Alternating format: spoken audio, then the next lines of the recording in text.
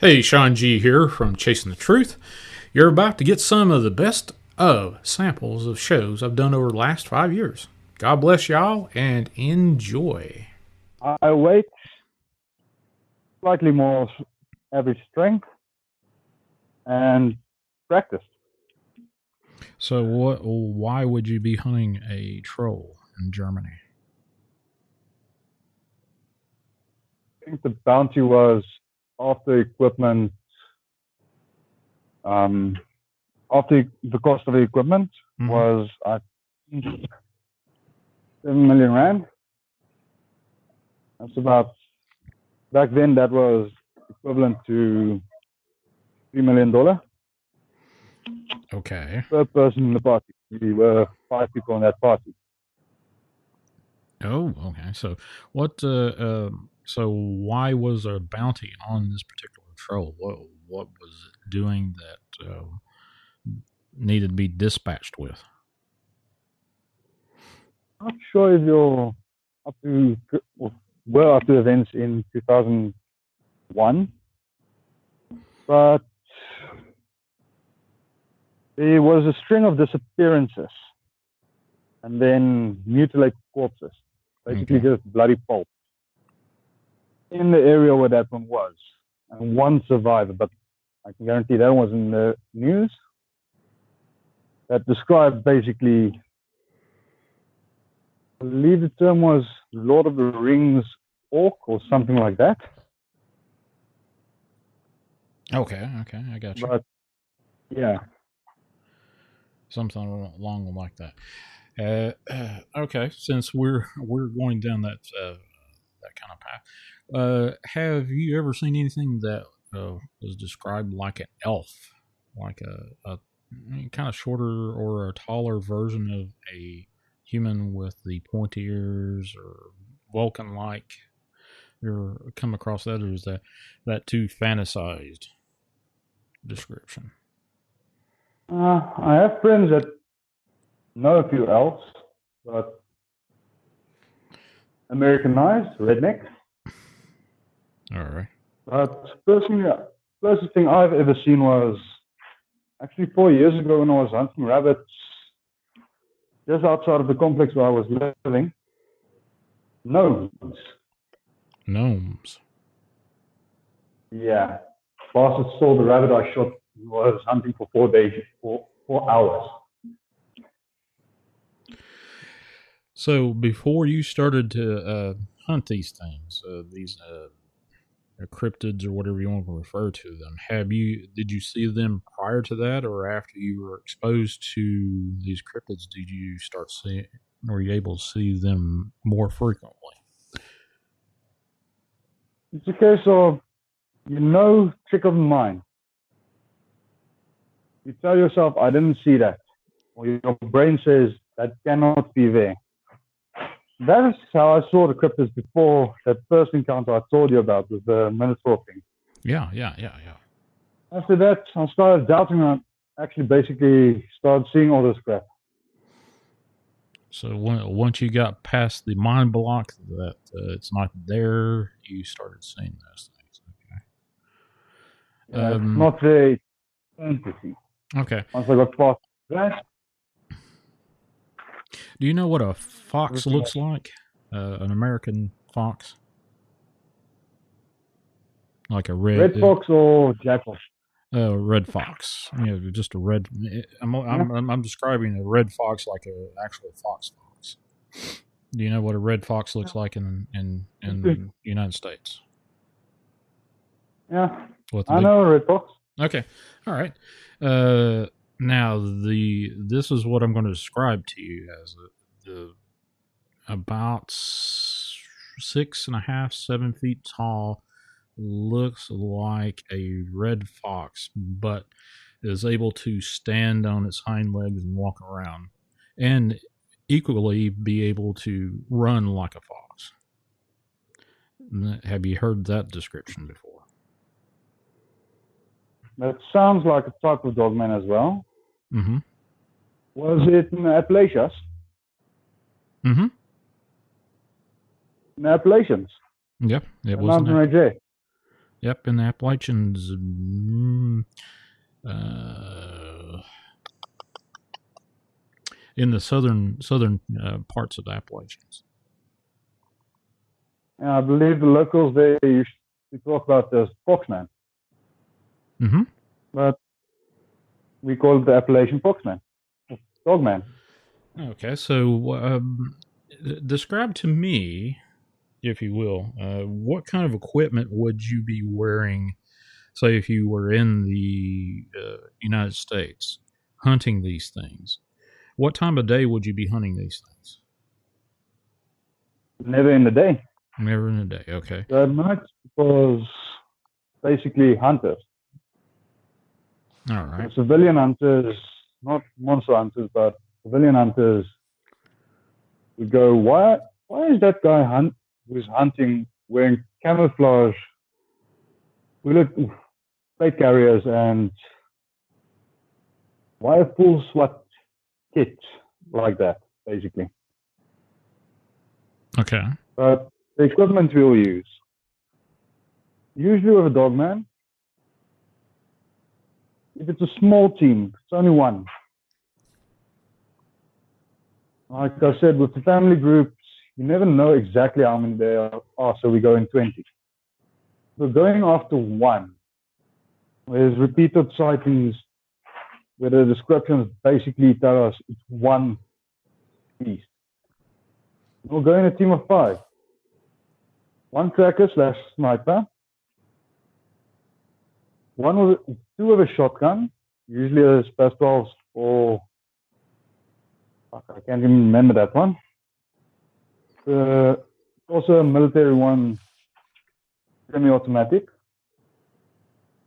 and 2 of other M16 or equivalent AR. Now, the physical kit you'll be wearing, not just the weapons. Mm-hmm. So level 2 plate carrier, level 2 ballistics mask, and I don't know how to say it, breeds. Shin guards, scarf guards, basically also level 2 body armor. And you've seen I almost want to say the SWAT type bullet carriers, plate carriers. Okay, so your armor, even on the arms, also be wearing those. All right, so would you be using like night vision goggles or any of that kind of equipment? Usually night vision goggles, but the tracker never uses that equipment. Because if you're looking for spoor in an unknown area, the goggles only give you this much range. You look 180 around you. Now, you look up, down, left, and right at the same time. You're looking for something that is a bit out of place. This twig was broken 4 feet above the ground, so it's not your average animal. Stuff like that.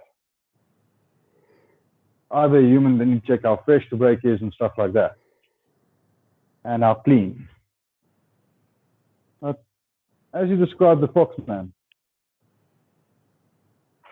that thing is basically, it's a peaceful creature. You don't get called in for too many peaceful ones. So it's pretty peaceful. Okay, all right. So the foxman's a peaceful creature. All right. Usually. Now, let's go back to my original description with the about a 15-foot tall, short snout, greasy fur, dark brown, almost blackish fur. This was the sighting I'm describing was in Canada. Okay.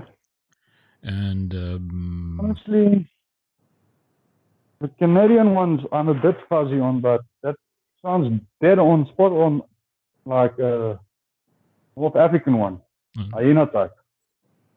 Okay. I've got a drawing of one, a sketch of one. I'll send to you in Skype and let you see that. let's see. And can these things transform from one, uh, transform their appearance in any way, shape, form, or fashion? Not that I know of.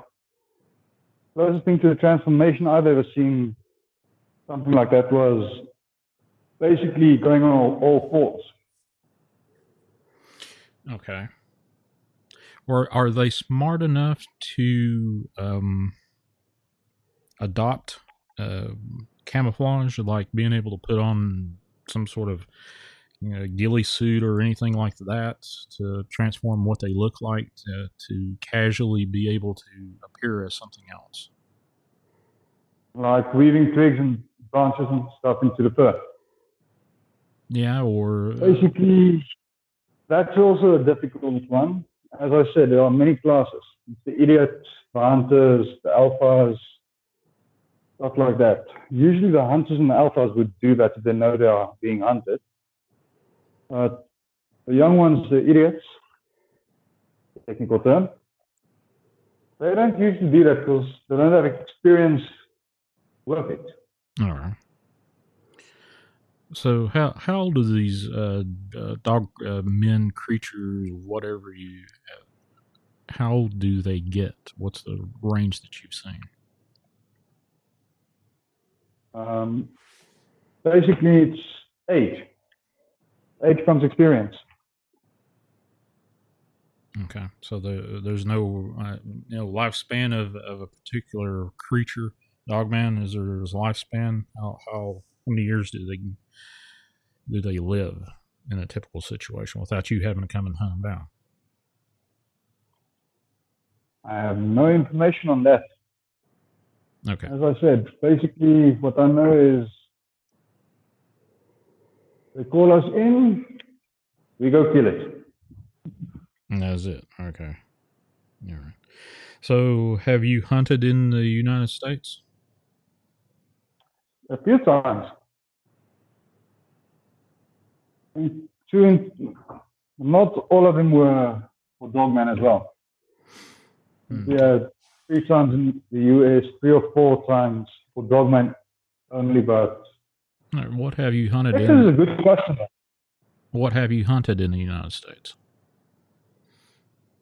In Texas, we got a few chupacabra. The Dogman hunts, they get a bit fuzzy, but 3 states Dogman. Yukon Valley, we hunted the Sasquatch 4 times. We stay away from that area as well, unless the pay is good enough. And then in Tennessee, Mississippi, vampire hunt once in New Orleans, and Alaska false alarm, it turned out to be an actual wolf. An actual wolf. Okay. So Yeah. I know how common they are, but you mentioned that these dogmen, depending on the species, were there more docile ones? You mentioned that the fox-like creatures were more docile. Which were the more docile? And which were the more aggressive? honestly, it's like dogs. Every species have their docile ones, every species have their aggressive ones. Okay, so where would you normally Ones see? we usually get, ones we usually get docile is Appalachian, the fox, Mm-hmm. and funny enough, Australian. You don't hear a lot of stories about dogmen in Australia, do you? No, one second. Let me think. I I can't recall a dogman in an Australia story at all. Whether it's Because they're not whether it's aggressive. great aggressive or docile or anything. I can't remember. They're usually not aggressive and they stay away from people. Okay. So where would They're you see scared of more? going somewhere pilot. So where would you see the more aggressive ones? Africa, America, Russia. All right. Places where it's either too cold, too hot, too wet. All right. Well, that's an interesting thing. I would love to talk to you again about these creatures. Um, it was amazing that you picked up on where the hell I was talking about just by the description of the Dogman. So that's interesting. Shit. I was doing this for a long time. Yeah, I'd say so. Okay, let's see. Let me think. Okay, I've got a couple of stories. Well, I've got one. I got two stories, and they are from two different people on two different sides of one country. Okay, but both of them are from adults, and they are from their distant memories as youth. Both of them describe Yeah. a stinky ape, and both of them said that they received they didn't they received help from these quote unquote stinky apes. One was deposited as a child, like 5 years old, kind of deal, into the middle of the woods by a parent that was a little bit mean, and this stinky ape helped this child to the party that was hunting for this child by just sticking its head out from around a tree, and this child follows this stinky ape, and it was leading in this little child back into where this hunting party was for the child, and vice versa. This was another 1,000+ miles away, a little older, and the person was actually hunting I can't remember what they were hunting. This was an Aboriginal story. Grandfather or dad was hunting with their child. I think moose, maybe, and the child got separated from the other, the parent type person, and same thing. Stinky ape helped the child find their father by the same method, sticking their head out of a tree. They Yeah. go look for this entity or this stinky ape, and then some yards down the range, they'd stick their head out, make noise, catch their attention. They'd go follow, and then all of a sudden they're in the midst where the parent was. Basically the same Okay. damn story. It was just it was Different just, areas. yeah, different areas, different people, different time. One was a girl, one was a boy, but it was the same type of story that these stinky apes were helping them find their parents or a group of people that were hunting. Have you heard of anything like that? Sounds like a female Sasquatch. Wow. Almost sounds. Can you maybe tell me, were they scared of the stinky ape or No, they were not scared of the stinky ape. being, Both stories. Both stories. probably a female Sasquatch? Okay. All right. Yeah. If I wish to forget or don't need to remember, that stays with me. If I need to remember, disappears. Oh, okay. Female Sasquatch. Female Sasquatch. You've heard of the skunk ape? Yeah, I've heard of skunk ape. They are basically family groups, mostly females. As I said, when I was hunting a Sasquatch in Canada before, those things stink when they are alive. They smell to high hell. Hey, folks, thanks for listening to this best stuff sample of some of my 5 years in doing this radio show podcast called Chasing the Truth. Please visit iamdarkwaters.com, or you can email me at seang@iamdarkwaters.com. And my numbers and links are in the description below. God bless y'all, and I'll catch you on the flip side.